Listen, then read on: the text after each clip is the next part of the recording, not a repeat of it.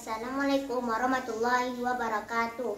Nama saya Arisa Ira. Saya kelas 5. Gelegar terdengar dari ujung jarah di tanah perang.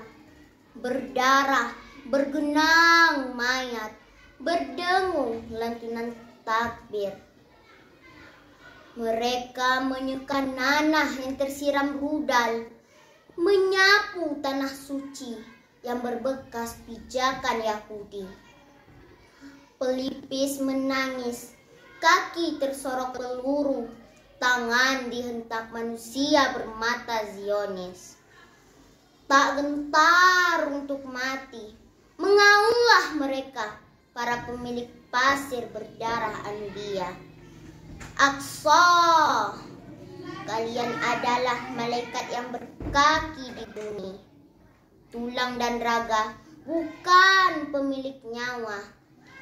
Hingga kau gunting telinga Zionis dengan asma Allah. Dasar Zionis tak bertanah, pekik sang anak. Bukankah betapa kerasnya rintihan anak-anak yang semalam kehilangan ayah?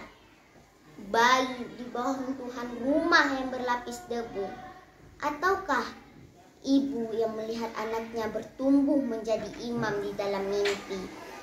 Geram, marah, benci, hancur, begitu jiwa ini meratap karena mereka bertali dengan kita, mencintai Tuhan yang satu, Allah. Allahu Akbar, Allahu Akbar, Allahu Akbar.